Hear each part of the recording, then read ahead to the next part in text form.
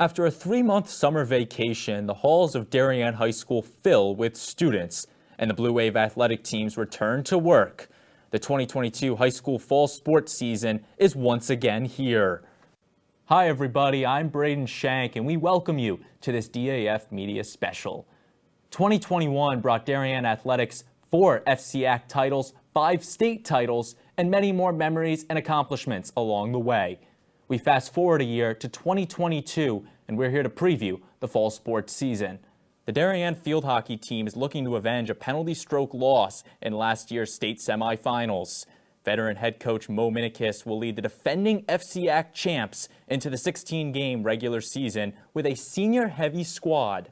Over on the center oval, boys soccer head coach John Bradley is looking to carry over that 2021 magic. A near upset of the number 1 seeded Xavier in the state quarterfinals is where Darien left it, but the Blue Wave has some unfinished business after the 9-1-5 regular season a year ago. On the girls' side of the ball, the Wave posted a 6-8-1 record a year ago and upset Southington in overtime in the state playoffs. Darien returns many senior spark plugs from that team, along with a dash of new talent. The story of the 2021 Blue Wave girls volleyball team was dominance, except against the Greenwich Cardinals. The team won 21 matches but fell in the FCAC title game and state semifinals to those Cardinals. With only one player lost to graduation, Darien returns most of that squad from a year ago. The Wave looks to end their 8-year drought of bringing home a piece of championship hardware. And this is the defense that Buchanan fans are accustomed to seeing, the same defense that has showed up and played in the past 2 Turkey Bowls and has been present all season. Last year in the Turkey Bowl, senior Chad Russo broke the school's record for sacks. With his departure, the likes of Matthew Salmini, Walker Blair, Will Pepe, and Javier Perez Soto have stepped up for this team. The Rams defense has only surrendered 82 points all season. In the secondary, 22 turnovers in favor of the defense, including 13 fumble recoveries. Buchanan will make you pay with an error on the running game, or really an error anywhere on the field. If Buchanan's defense shows up on game day against Darien, it's going to be a tough time for Simeon Dahl and co. Oh boy, 28 points against number 2 Greenwich, 21 against number 3 Maloney, and 14 points against number 5 St. Joe's. All 3 of those season lows for those respective squads. That has been the story of the Darien D in 2022, not giving up that many points to the good teams, with the big-time tacklers such as Leighton Reeser and J.D. Brennan hurrying the quarterback, and the D-line of Jack Barber, Carter Hagan, and Dash Ross snuffing the opposition rush. The Darien defense has been the most consistent part of this team this year. Robert McElhouse leads the secondary with his 2 interceptions, and the Williams-bound Jack Barber leads the team with 3 sacks. You also can't forget about J.D. Brennan leading the squad with 61 tackles. All 3 seniors that have been tearing it up this year.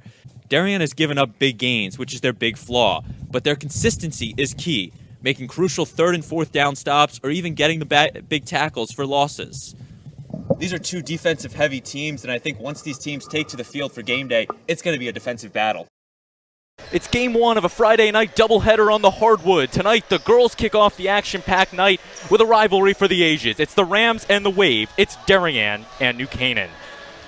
Welcoming you courtside inside of the Darien High School main gym. He's Cam McGraw. I'm Braden Schenck. So glad you can be with us on this Friday night for this epic rivalry between Darien and New Canaan. The boys and the girls playing tonight. The girls kick us off here at 5:30. The boys following at 7. But starting with this girls game, Cam, it's been a rebuilding year for Alyssa Valente's Blue Wave this year. 4-13 on the season, mathematically eliminated from the FCAC and state playoffs. But they're going to leave it all on the court tonight because Darien and New Canaan is the rivalry of the FCAC. It's a late-season MAC women's volleyball showdown inside the Hines Athletic Center on the campus of Iona University in New Rochelle, New York. This afternoon, the Bobcats of Quinnipiac travel to the New Rock City for a clash with the Gales of Iona. Hi, everybody. Joined alongside Niala Pendergrass. I'm Braden Schenck. Niala, Iona's looking to rebound off a straight sets loss to first-place Fairfield yesterday. The Gales struggled in that match and will now turn their attention to the Bobcats in hope of ending this weekend 500. McBride slowing it down. He's got McMullen. Into the corner for Galoo. He made the last 3. Galoo again. Can he get it? Yes, he can. Riley Galoo is money. And Darien will go out 16-10 after 1. What a shot by the Darien senior. Drains the last 2. And Darien has the 16-10 lead. We're going to step aside on the DAF Media Network and be right back. Here's now number 22, Michael Wall. Walla 2 goals against Chaminade when they played them earlier this year. One of New York's finest. They lost in the Catholic Championship to St. Anthony's. The shot there, and it's in! Grant Masterson with an acrobatic goal, and we are tied in the FCAC Championship. 6-6, our score. Again, it would be golden goal in overtime. We got to get there first. On Figlio, there's a steal. Holm turns around, shoots, and scores! Nina Holm for Avon, and it's 7-6. The insanity continues. Holmes puts it in, and with 43 seconds left, Holmes silences Darien and puts up goal number 7.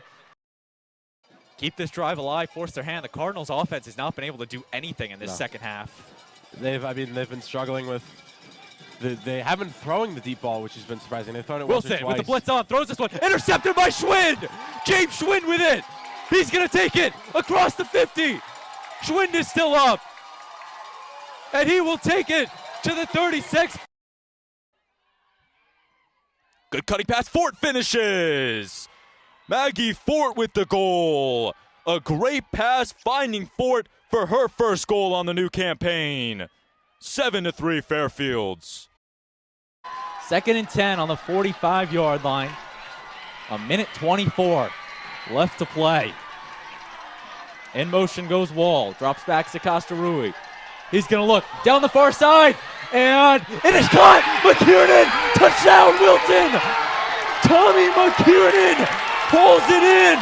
And Wilton retakes the lead. What a play! And Wilton is not done yet. One on Romano. She comes set. And Brogno with the deal. In the dirt, gets past the catcher, and Witters coming home is Donahue, and she will once again score on the wild pitch. This one's now going to go into the circle. Here is McCloskey, and she will score. So Darien scores 2 on the wild pitch, and they now go up 7-1. They have Picorni on the sideline to Allegro. Bad pass, but he stays with it. Right back to Picorni. Picorni now dodging towards the net. Bouncing in, and he scores! Finn Picorni with the goal, and it's 11-10. Here's Benoit. She inserts it up to Stockdale. Stockdale dribbles, shoot, off the deflection, and it's in. Casey Benoit scoring for Darien. A good ball sent on net from Stockdale, and Benoit was there for the deflection to give Darien the 1-0 lead. Pinella with the run-up, the shot, and it is in! Ali Pinella, top shelf, ties us up at 2, and the Cardinals are not going down easy. 1:45 left in this third quarter to McMullen for 3. Bingo! Isaac McMullen from downtown, and Darien's got some life in him. Now it stays with Darien on that, and Allegro with the restart. 7 seconds on it. He's getting touched by 2. He's going to wrap around, shoot, and score! And the time with .6 left, Darien will complete the comeback. 19-18. The flag has been thrown. Christian Allegro with the goal. Some extra seconds wind off. Halfway through, Moles controls the lead. Just by .6 of a second. Hot on his tail is Ben Bognan. And look out for lane number 6. There's Brady Sullivan, the sophomore. Moles, he'll take his turn. He's going down the final 25. Bognan right behind him. Coming in lane number 5, Finn Greiner. It's all about that final push. Who can get it? Moles. And Bognan. Moles the touch. And Will Moles will win for Darien. Bognan coming in second. Donovan on the ground. Off the side of the net, Brown's going to try again, and she scores! Kelsey Brown gets the second one to go, and Darien converts on the power play. 2-0 Wave. Leo Sequenzia, the junior, gets us started. The whistle's underway. Schaefer now behind the net, right back to Sequenzia. Over to the top to Best. Best is going to rifle a shot, bouncing this one just high, and the clock will expire. Wilton will survive and advance to the FCAC Championship on Thursday. Staples in disbelief. They had the final shot, but the Warriors will prevail. So third down for the Rams. They're 1 for 3 on the third downs in this one. Looking for a conversion. Groff in the backfields. He'll fake it. Groff, the ball is knocked loose, and that's a fumble.